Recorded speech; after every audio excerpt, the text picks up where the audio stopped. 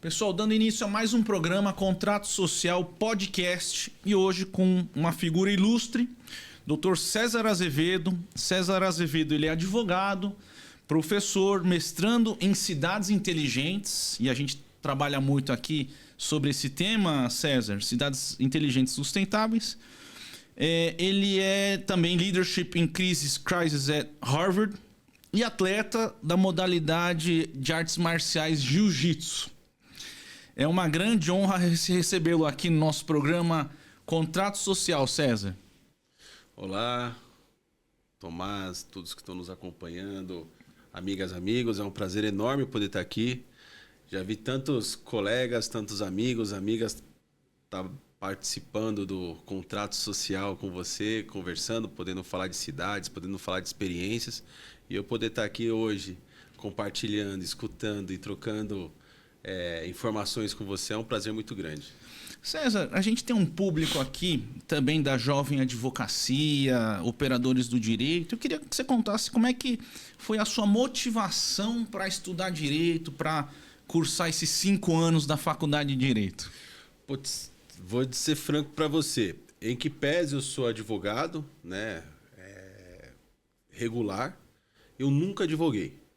Mas eu decidi estudar direito porque eu me apaixonei pela luta brasileira pela redemocratização.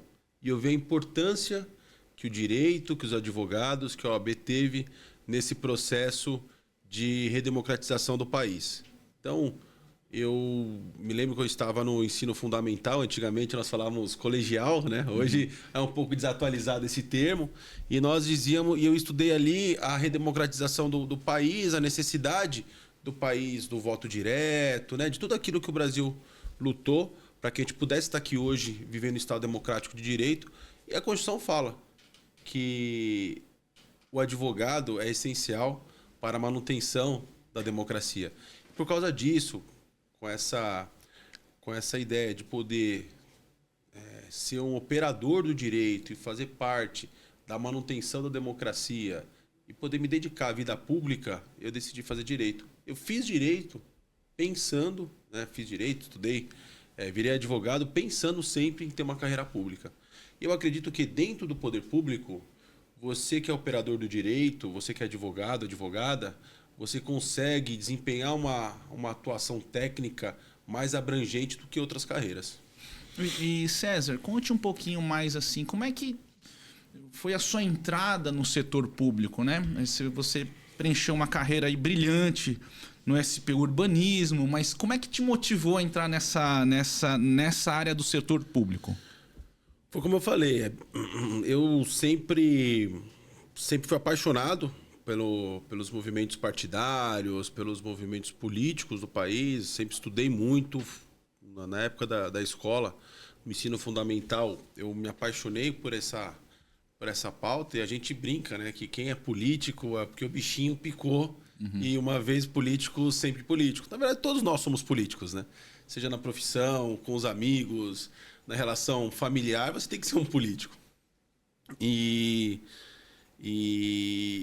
quando eu comecei na faculdade, eu consegui uma vaga para ser estagiário no Palácio do Governo, né? No Palácio dos Bandeirantes, na sede do governo paulista. À época, o governador era o José Serra, e eu pude começar ali como estagiário, ajudando os procuradores do Estado e me dedicando àquela parte de editais, contratações, toda essa parte de compras do Palácio do Governo. Trabalhei na Casa Civil, Secretaria de Relações Institucionais.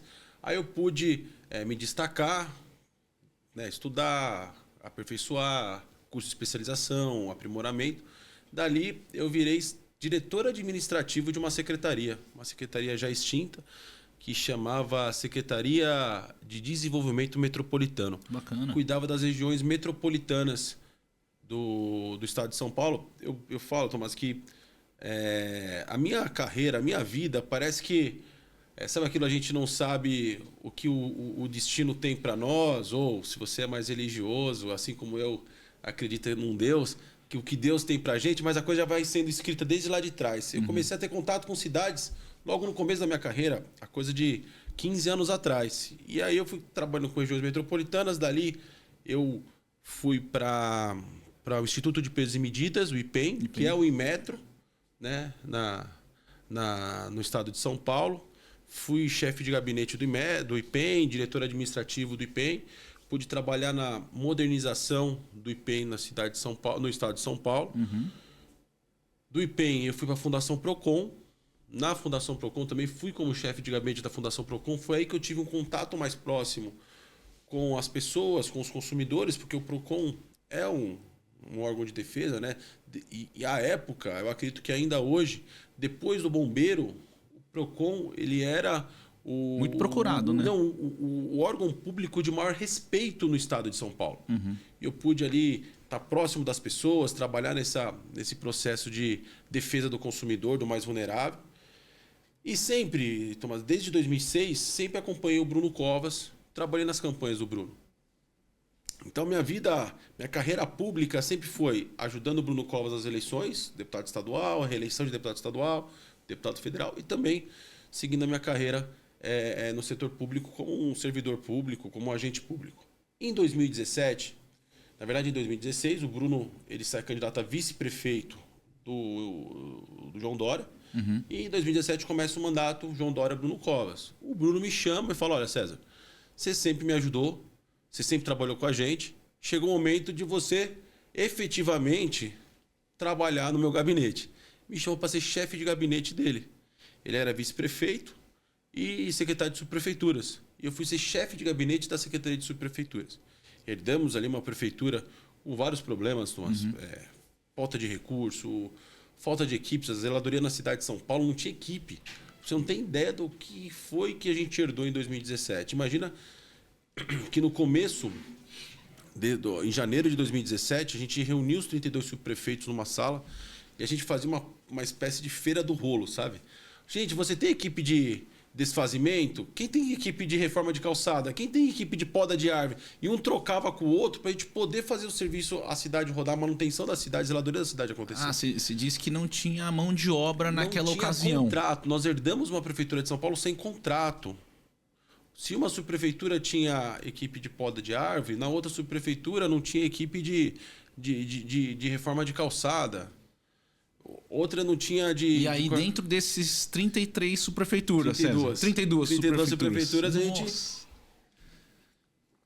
acaba pegando de uma, emprestando para outra, até que a gente conseguiu fazer um estudo e conseguimos implantar na cidade de São Paulo um sistema de zeladoria que pudesse dar conta da zeladoria da cidade. Então, eu fui chefe de gabinete da Secretaria de Subprefeituras. Depois eu fui chefe de gabinete da Casa Civil. E aí o Bruno assume a Prefeitura de São Paulo. Quando o João Dória sai para disputar o governo do estado, o Bruno Covas assume a Prefeitura em abril de 2018. E ali eu viro chefe de gabinete do prefeito. Fiquei um período como chefe de gabinete do prefeito. E eu me lembro que em agosto de 2018, o Bruno chega para mim e fala: César, eu preciso que você assuma a Secretaria de Gestão. Nós estamos num processo de reforma da Previdência Municipal e eu preciso que você conduza esse processo de reforma da Previdência, negociando com os sindicatos, com a sociedade civil e também com os vereadores, porque é uma negociação. A política é uma negociação. É um processo de conversa, de escuta, de convencimento, né? Às vezes você dá um passo à frente, outros têm que dar um passo atrás. E esse processo... Foi o primeiro grande processo que eu coordenei na cidade de São Paulo, na minha carreira. Foi o processo de reforma da Previdência. E também numa rediscussão de um novo desenho para a Prefeitura de São Paulo, de secretarias, cortar, extinguir secretaria, criar autarquia, enfim. Fizemos um novo desenho para a administração municipal. Em janeiro de 2019, eu assumo a Secretaria de Licenciamento. O Bruno me dá essa missão com um grande objetivo de poder criar um licenciamento inteligente para a cidade. Imagina que quando eu assumo Tô falando demais? Não, tá indo bem, César. Imagina que quando eu assumo a Secretaria de Licenciamento, em janeiro de 2019, todos os processos eram físicos. Processos em papel. Imagina, 2019, a gente falando da quarta maior cidade do mundo, maior cidade da América Latina, e o processo de liberação de... O que faz uma Secretaria de Licenciamento? Liberação de todos os alvarás da cidade. Eu assinava a liberação de alvará em processo físico. Autuado fisicamente, capa verde. Nossa. Se não bastasse isso, eu herdei uma secretaria com quase 40 mil processos em estoque. Você não consegue imaginar o que era aquilo. Eu despachei processo de 94. O prefeito, à época, era o Maluf. Nossa. Processo de regularização de casa, de prédio, da época do Maluf.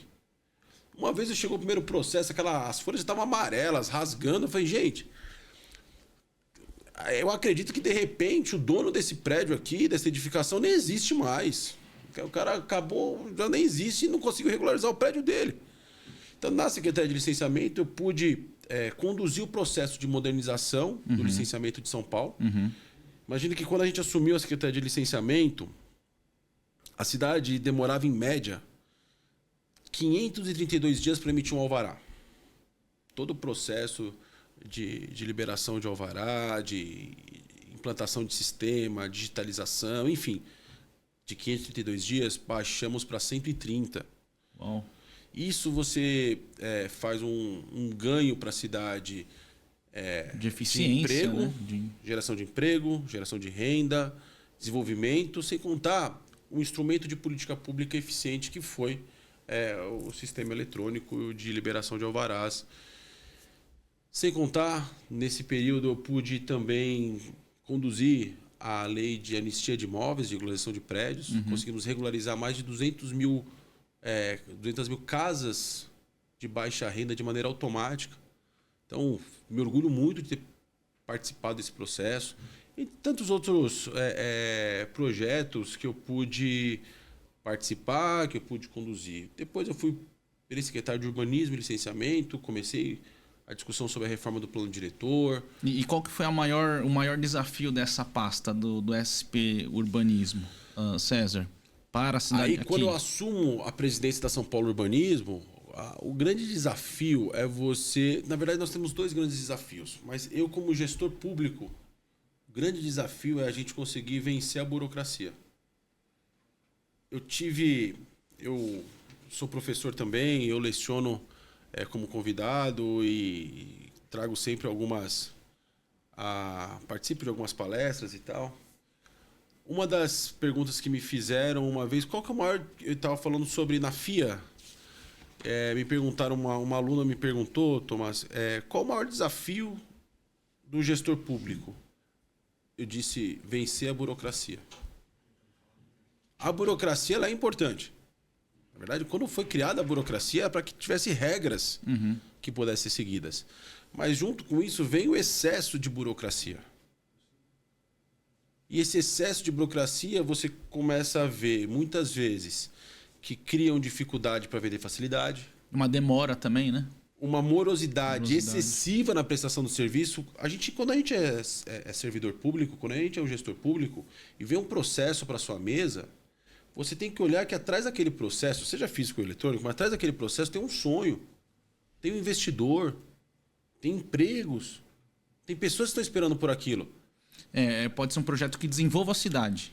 Ou pode ser um processo pequeno de reforma de uma praça na esquina da sua casa, mas aquela reforma daquela praça traz um benefício para a comunidade local, para o bairro local. A gente sabe que às vezes quando você pensa em cidade, você tem que pensar que são muitos interesses envolvidos. Talvez, quando você fala com um grande investidor, a necessidade dele é legislação, incentivo fiscal, mas às vezes quando você vai na periferia, a necessidade de quem mora lá é a canalização de um córrego, é cortar um mato que está perto de casa e aquilo pode atrair dengue. Então, você conseguir ser um gestor público é você conseguir olhar a cidade e administrar vários interesses como todos sendo prioridade, porque quem traz essa demanda para essa pessoa é prioridade. Sabe aquilo que a gente escuta aquela máxima? A dor do outro é sempre mais mais dolorosa do que a nossa. Então, para ele que trouxe um buraco na sua rua, é mais doloroso para ele do que o que está esperando uma fila no hospital. E César, assim, a gente tem um público aqui também vasto, né? Não só aqui da área da região dos Jardins, mas um público de todos os lugares aqui de São Paulo. Aí a minha pergunta aqui é: a gente está em São Paulo e a gente tem diversas realidades, né? Diversos bairros, diversas necessidades. Por exemplo, aqui a gente está no bairro dos Jardins. Como é que você tinha esse olhar, né, para o bairro dos Jardins e também para a cidade de Tiradentes, né? Por exemplo, como é que você lida com esses problemas de cada bairro e como é que você tem esse olhar e esse feeling amplo no que você fez aqui para a cidade de São Paulo? Eu costumo dar como exemplo, quando eu assumi a chefia de gabinete da Secretaria de Subprefeituras, numa das primeiras reuniões, logo no começo, eu estava sentando, conversando com os subprefeitos, eu recebi o subprefeito de Pinheiros. E as demandas que me vieram do subprefeito de Pinheiros, tratava ali da região da Faria Lima, sabe? Um público classe AAA, AAA. Uhum. Saiu o subprefeito de Pinheiros, na sequência então o subprefeito de Parelheiros. Veio com demandas de tribo indígena, barragem de água. Eu tive que dar um break. Falei, calma aí, preciso tomar um café. Sim. Porque você tem várias São Paulos dentro de uma única São Paulo. Uhum. E foi o que você perguntou, que esse é o grande... Eu acho que é a grande arte de você ser um servidor público, de você ser um agente público na cidade de São Paulo. Eu disse aqui para vocês que eu trabalhei no governo do estado há alguns anos, acho que foram 10 anos, ou quase 10 anos. Mas nada com a prefeitura. A prefeitura está perto do problema, está perto das pessoas. Você é o primeiro contato. E quando você decide e você precisa trabalhar por uma cidade, você tem que olhar todos os setores, todas as regiões da cidade de maneira prioritária. Uhum. E enxergando que quem mora na cidade de Tiradentes, como exemplo que você deu, tem as suas necessidades locais. Quem mora na região dos Jardins tem as necessidades locais também. E as pessoas querem o quê? O melhor para a cidade. Se a gente for politizar, quando você fala de um gestor público, principalmente gestor público municipal, seja ele um prefeito, um vereador, quem mora na cidade não tem que... Eu acho que não está preocupado se o cara é de direita ou de esquerda. Tá pensando na cidade. Quem vai resolver o meu problema?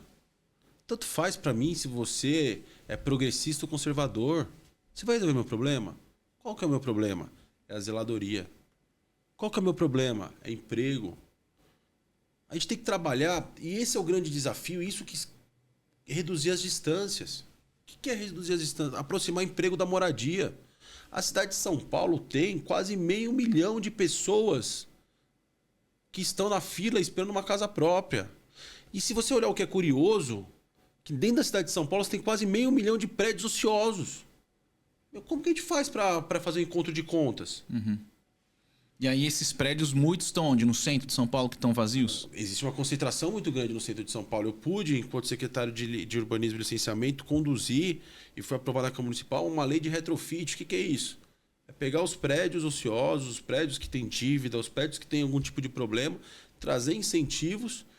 Prefeitura, por exemplo, a prefeitura custeando até 25% da reforma desse prédio, com uma visão diferenciada, porque qual que é um problema dos prédios antigos? Ele não consegue se adaptar às leis de segurança, acessibilidade. Então você traz algumas flexibilizações para que esses prédios consigam se adequar às normas vigentes de segurança, acessibilidade, e você consegue fazer a reforma deles e você consegue convertê-los para que eles sejam residenciais, priorizando sempre a habitação popular. Então, quando você pensa em cidade e você pensa na cidade de São Paulo, a gente tem que ver que são várias São Paulos dentro de uma só. E principalmente a gente tem duas. A São Paulo formal e a São Paulo informal. E a gente não pode fechar os olhos para a cidade de São Paulo informal. Porque quem vive na São Paulo informal, quem mora na periferia, quem está longe da região mais desenvolvida, que é o centro expandido, tem uma realidade de vida diferente, Tomás. Tem números que trazem para a gente, que a gente tem algumas informações, alguns dados, algumas pesquisas, que são assustadoras. Você sabia que quem mora na periferia tem uma expectativa de vida de 11 anos a menos do que o paulistano que mora no centro expandido? Cara, isso é desumano. Uhum. Quem mora na periferia gasta um terço da sua vida se deslocando para poder trabalhar. César, a gente fez uma pesquisa aqui na entrevista da Folha de São Paulo, né? Você foi o entrevistado, você falou sobre repensar a cidade de São Paulo, a cidade onde a gente mora, a gente ama, e você falou que é um dever de todos repensar a cidade de São Paulo. E eu tenho aqui uma pergunta para você. Quais são os 3 pontos que você destacou que deveriam ser repensados na cidade de São Paulo? Os 3 principais pontos, Tomás. O primeiro, o social. Eu sou social-democrata. Minha origem política, minha origem partidária é um social-democrata. O que é uma pessoa social-democrata? Você tem como prioridade o social, mas em momento algum você pode deixar de ter uma responsabilidade fiscal, uma responsabilidade com uma economia forte. Eu sou social-democrata. A gente só consegue atender o social, fazer um social de qualidade, se a cidade tiver uma economia forte, uma economia pujante. Então a gente tem que saber harmonizar esses 2 pontos. Então, o social é um ponto prioritário. O emprego é outro pilar de prioridade. E o terceiro é a habitação. Não tem como você ter dignidade se você não tiver casa própria, se você tiver um teto para morar. Quando eu era secretário de urbanismo, eu lembro que eu fui chamado pela academia, pelas faculdades, porque queriam institucionalizar na cidade de São Paulo as barracas das pessoas em situação de rua como um componente da paisagem urbana. Isso foi uma das coisas que mais me incomodou durante o período que fui secretário na cidade. Como que a gente vai concordar que as pessoas morarem em barraca faz parte da dignidade ou faz parte da paisagem urbana? Isso tem que ser vergonhoso para nós. Isso não é uma singularidade da cidade de São Paulo. Uhum. Né? Principalmente depois da pandemia, porque a pandemia agrava as questões sociais do mundo inteiro, não só de São Paulo. Antes da pandemia, nós tínhamos, segundo o censo, 24 mil pessoas em situação de rua. Depois da pandemia, pulamos para 31 mil pessoas. Uhum.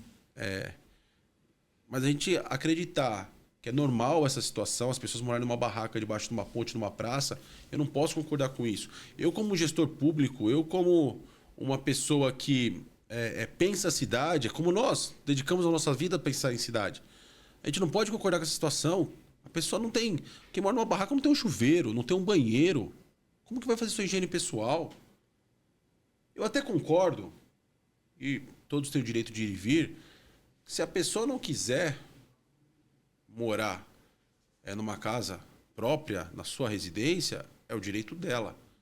Mas tem que ser por uma escolha, não por falta de opção. Sim. E a gente acreditar, acostumar com essa ideia, isso é desumano. Então, os 3 pilares para quem pensa a cidade, para quem pensa a cidade de São Paulo, é o social. O centro de São Paulo é o que a gente tem que trabalhar. Eu me dediquei os últimos meses num trabalho muito intensificado no centro de São Paulo, porque a requalificação do centro é importante. Todas as cidades do mundo, em algum momento da sua história, tiveram um processo de degradação do centro das suas cidades e depois de uma requalificação. Aqui na cidade de São Paulo, até a década de 70, o centro de São Paulo era onde estavam instalados os bancos, estavam instaladas as grandes empresas, os escritórios, Sim. e as pessoas moravam. Os bancos começam a sair, as empresas saem, automaticamente também as pessoas que ali moram Saem também. saem Né? também. E aí você vem num processo de degradação. E isso vem piorando. Todas as gestões que passaram, tanto faz se foi de direita ou de esquerda, elas tentaram fazer algum processo de requalificação do centro. Na década de 90, por exemplo, a gente teve a reforma dos prédios culturais. A Pinacoteca, Mercado Municipal, Teatro Municipal. Depois, nos anos 2000, há uma tentativa de revitalização do centro, trazendo a sede da prefeitura do Palácio das Indústrias, ali no Parque Dom Pedro, para o Vale do Anhangabaú, ali no Viaduto do Chá. Depois você tem a Lei Cidade Limpa, que prioriza a paisagem urbana no centro de São Paulo. E agora a gente começa um processo de qualificação do centro de São Paulo, que é um caminho de ida sem volta. Todos estão convergindo que precisamos fazer uma coisa para requalificar o centro. Então são várias ações. E para você fazer uma requalificação, por que eu entrei no centro? Porque se eu falo que um dos pilares é o social, o principal problema social de São Paulo está no centro. Sim. Então, e para você fazer esse processo de requalificação, não depende só do urbanismo. Você tem saúde pública envolvida, você tem emprego envolvido, você tem habitação envolvida, você tem segurança pública, que não é a prefeitura, é o governo do estado que tem que estar envolvido, né, nesse processo, nessa guerra, nesse enfrentamento. E você tem que a sociedade civil participar também. Então, para que você consiga superar alguns problemas, para que você consiga avançar em algumas pautas na cidade de São Paulo, se você não ser um agente público que consegue articular e agrupar diferentes atores, você não vai conseguir vencer esses enfrentamentos. César, conte um pouquinho pra gente sobre um projeto que você liderou, que eu achei fantástico. Na época que você estava no SP Urbanismo, um concurso, né? Um concurso que você mobilizou muitos atores. E aí esse concurso foi muito bacana, porque trouxe arquitetos para pensar num determinado uma parte ali da cidade de São Paulo, com sustentabilidade, uma mobilidade melhor para os pedestres, um paisagismo também muito verde. Como é que foi esse concurso que você promoveu, que foi, na minha opinião, muito importante para a cidade de São Paulo? Eu disse agora que para a gente repensar a cidade de São Paulo, para a gente fazer política pública, a gente tem que envolver diversos atores. E a gente não pode deixar de fora a sociedade civil. Não é só o poder público que tem a capacidade e a expertise de resolver problemas. Na verdade, eu acredito que quando o poder público ele quer sozinho fazer a solução acontecer, essa solução é pela metade. Se a gente não fazer uma solução em parceria com a sociedade civil, a gente não tem uma solução completa. Então, a gente selecionou alguns espaços públicos, espaços abertos no centro de São Paulo, e a gente chamou os escritórios, chamamos as universidades para poderem participar de um concurso e trazer soluções. Porque quando você traz as pessoas de fora para participar, vem ideias que a gente nem imaginava. Mas a ideia principal era sustentabilidade, era segurança, acessibilidade. E a gente recebeu, foi tão bacana esse processo, a gente fez uma parceria com o C40, que é uma rede global de cidades, e tivemos escritórios do Brasil inteiro participando, de fora do Brasil, tivemos até projeto que veio da Itália. Que bacana, César. E a gente pôde selecionar ali alguns conceitos, algumas ideias. O compromisso era premiar os melhores projetos, mas é claro, quando você recebe esses projetos, você tem que pegar, você tem que estudá-los e adaptá-los à realidade brasileira e à realidade da legislação, porque nem todo mundo conhece a burocracia que eu disse aqui agora. Então, você poder trabalhar uma parceria, a gente tem como uma obrigação do setor público, Tomás, que é o processo participativo. Processo participativo não é necessariamente você abrir uma audiência pública numa subprefeitura. Até porque nem todo mundo tem disponibilidade hoje numa subprefeitura discutir uma questão, seja ela qual for. Agora, processo participativo é você fazer uma escuta da cidade, você receber ideias, críticas, sugestões. Então, essa parceria, quando ela é formada, uma parceria verdadeira, você cria boas soluções. E aí, esse concurso que fizemos, somado a outras entregas, esse concurso foi pensado no centro. E eu acredito para que a gente faça a requalificação do centro, pensa que o centro é uma espécie, é uma brincadeira aqui, uma analogia de um doente.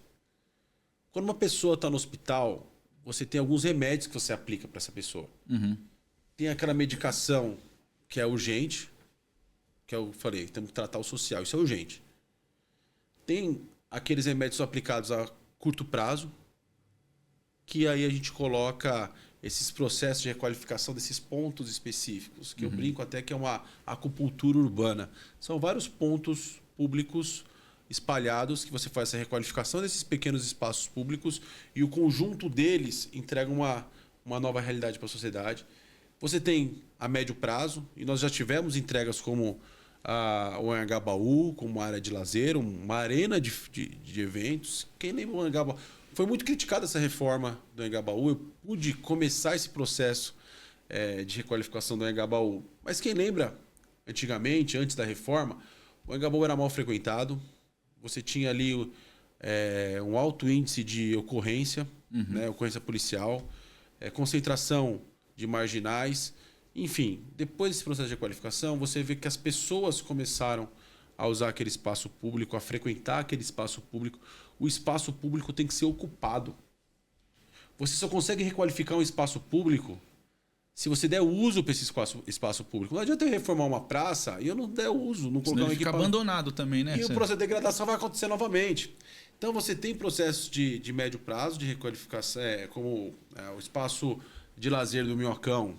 Eu coloquei ali, pude colocar ali todo aquele mobiliário, fazer aqueles desenhos, algo pedagógico ali.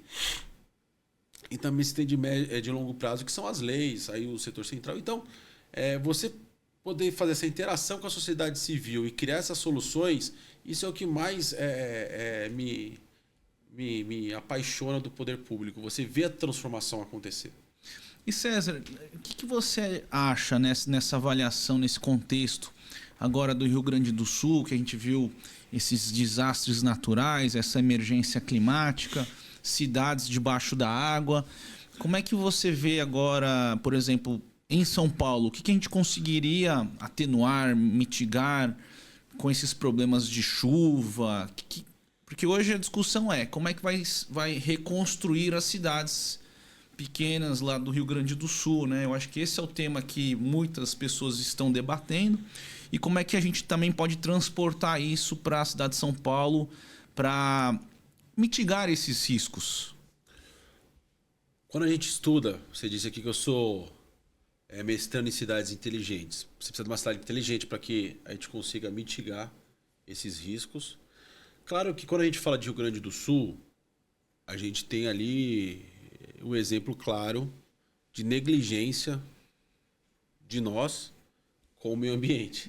E não é de agora, é de anos. A gente vê as autoridades ambientais dizendo que todo esse processo de degradação que a gente vem causando no meio ambiente de décadas, em algum momento a natureza ia se defender. É isso que está acontecendo, infelizmente. E é triste a gente ver o que está acontecendo no Rio Grande do Sul. E falando em Rio Grande do Sul, não posso deixar aqui de pedir para que quem puder ajudar a fazer uma doação. Eu acho que é o nosso momento de mostrar que somos solidários, que somos cidadãos, que somos seres humanos e ajudar. Mas vamos falar de cidade de São Paulo. Hoje na cidade de São Paulo nós temos piscinões que ajudam na questão das cheias, né? Na parte de drenagem. Foi colocado nesses piscinões, eu pude participar ali, enquanto chefe de gabinete de subprefeituras, nesse processo de estudo para a implantação de sensores nesses piscinões, que quando a água começa a subir a um nível de alerta, começa a acusar na central.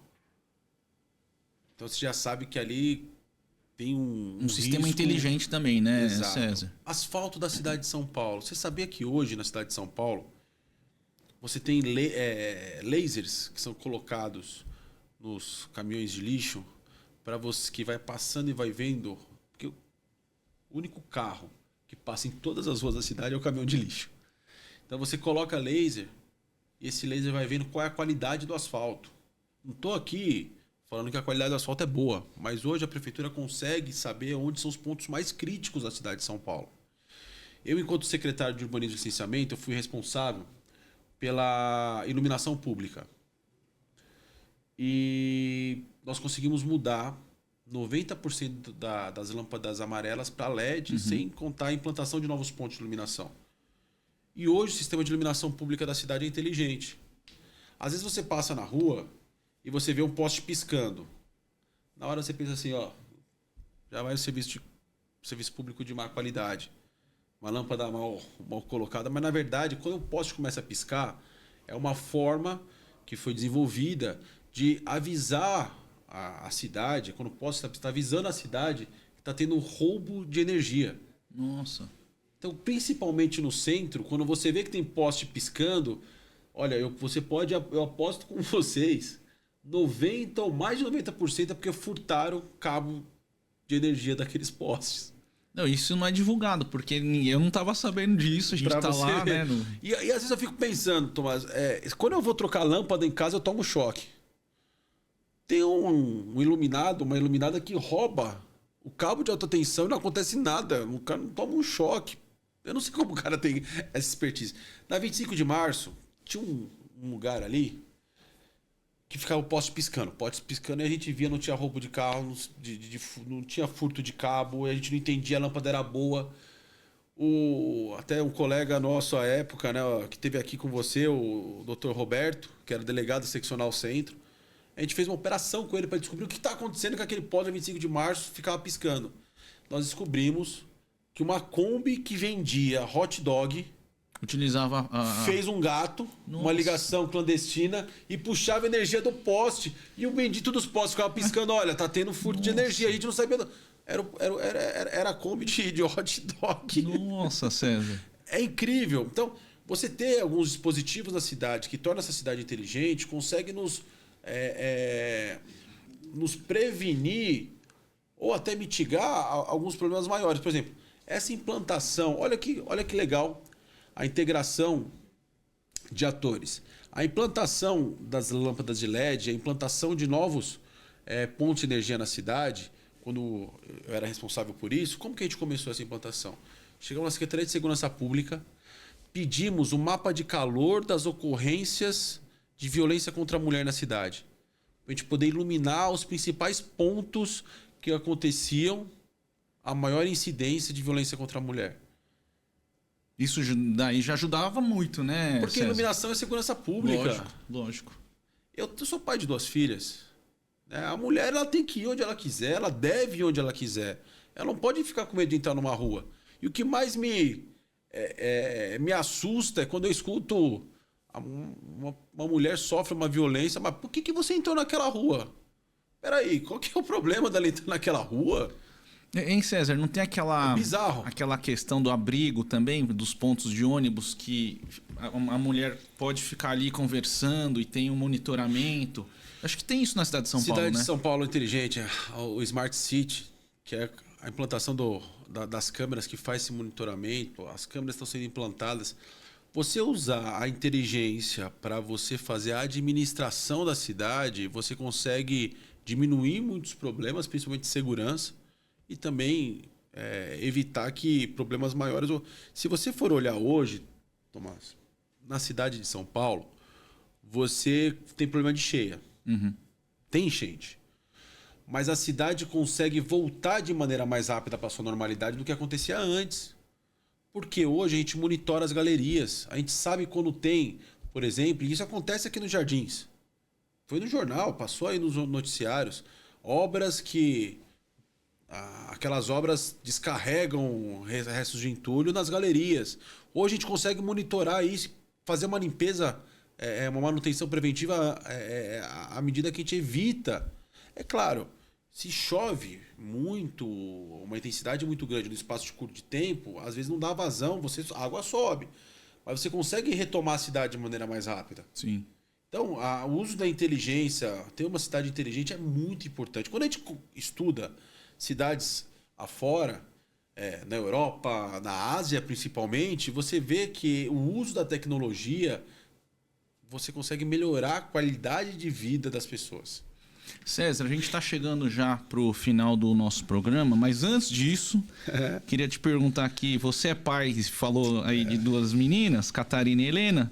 Minhas maiores riquezas, Catarina Exato. e Helena. E qual São Paulo você gostaria que elas vivessem quando adultas? Elas são as minhas maiores riquezas, mas eu tô começando a ter cabelo branco. Eu achei que era porque eu trabalhava na prefeitura, não, são elas. A Catarina tem 6 anos, escuta essa. Ela chegou para mim outro dia, eu jantando com ela, papai, preciso ter uma conversa séria com você. A mãe dela falou para mim, você precisa conversar com a Catarina, tem que te contar uma coisa. Eu falei, o que será que aconteceu? Achei que isso... Faz 3 meses que estou apaixonada. E eu fiquei branco. Assim, perdi a fala, comecei a gaguejar. Eu falei, filha, você sabe que tá apaixonado? Papai, é para um menino de 8 anos. Eu falei, ai, filha, sério isso? Mas, papai, sabe qual é o problema? Eu falei, qual? Ele é corintiano. Eu falei, agora não dá. Não, o problema não é você estar apaixonado, é porque ele é corintiano. Se ele fosse palmeirense, a gente repensava. Agora é corintiano. Brincadeira. Aqui eu sou palmeirense, isso é uma das virtudes minhas. Que cidade eu quero deixar? Quando eu decido ser um agente público, eu tenho falado muito sobre política pública, sobre gestão pública, principalmente que está entrando no momento, Tomás, de eleição, no ano de eleição. Não tem nada que me incomoda mais no ano de eleição que eu escutar uma pessoa me dizer que ou anulou o voto ou fez um voto de protesto. Eu acho, desculpa com tudo isso, mas eu acho uma imbecilidade você pegar o seu voto e falar, eu vou votar num rapaz, numa pessoa, do circo, porque é um voto de protesto. Vamos votar, né? Antigamente tinha personagens de zoológico, né? Que o pessoal acabava votando. Porque você tem que pensar em construir uma cidade melhor. Sim. E quando eu decido, e o meu chamado para a vida é ser o gestor público. Esse é o meu chamado. Quando eu falo que é uma espécie de um chamado eclesiástico, sabe? Algo ministerial. Né? Deus quis que eu fosse o gestor público. E uma das principais, na verdade, o meu principal objetivo como gestor público é melhorar a vida das pessoas, melhorar a cidade de São Paulo. Construir uma cidade mais justa para as pessoas. E eu quero que essa cidade mais justa seja a cidade da Catarina de Helena daqui a pouco. Uhum. Eu disse aqui para você que a mulher tem que ir onde ela quiser. Não tem nada mais bizarro do que a sociedade ter que levantar bandeiras de defesa de uma cidade mais justa para as mulheres. Por que eu estou dizendo? Porque devia ser algo natural. Sim. A gente não precisava ter um movimento de defesa de uma equiparação salarial ou um movimento contra uma agressão contra a mulher. Isso é algo que eu... Ilógico, né? Eu falo, onde a humanidade errou? Então, a cidade que eu quero deixar para as minhas filhas é onde as duas, a Catarina e a Helena, consigam ir onde elas quiserem, sem preconceito, sem distinção, que elas sejam tratadas assim como eu que sou homem sou tratado. Uhum. Que elas tenham orgulho da cidade delas e um dia elas possam passar num ponto e falar, puxa, meu pai ajudou a melhorar esse ponto da cidade, meu pai ajudou a fazer essa reforma dessa praça, a fazer essa entrega. Nossa, essa lei do retrofit que possibilitou ter moradia popular, meu pai pôde participar. Que minhas filhas tenham orgulho do trabalho que eu pude desempenhar pela cidade e mais, que essa cidade seja justa para elas. Muito bom. Pessoal, parabenizando aqui o César Azevedo e agradecendo a participação de todos vocês até esse presente momento no nosso programa Contrato Social Podcast. Quero aqui agradecer o César. César, você deu uma aula de cidade inteligente, de cidade sustentável, um grande gestor público. Quero te parabenizar aqui publicamente, te agradecer e, pessoal, fique atento às nossas redes sociais nos próximos programas. Obrigado a vocês que nos acompanharam. Prazer enorme, Tomás, poder estar aqui conversando com você, falando de cidade. A primeira vez, espero que seja a primeira de muitas outras oportunidades, porque poder discutir cidade, poder discutir uma cidade melhor, uma cidade mais justa, sustentável, dinâmica, segura, é a obrigação de todos nós. Discutir cidades é a obrigação de todos aqueles que vivem a cidade. Se você não está discutindo a sua cidade, alguma coisa está errada. Só reclamar não é legal. Reclama, mas participa da solução também. Muito obrigado. Conta comigo sempre. Espero poder estar aqui em outras ocasiões, podendo conversar com você e com todos que estão nos acompanhando. Obrigado, César. Valeu.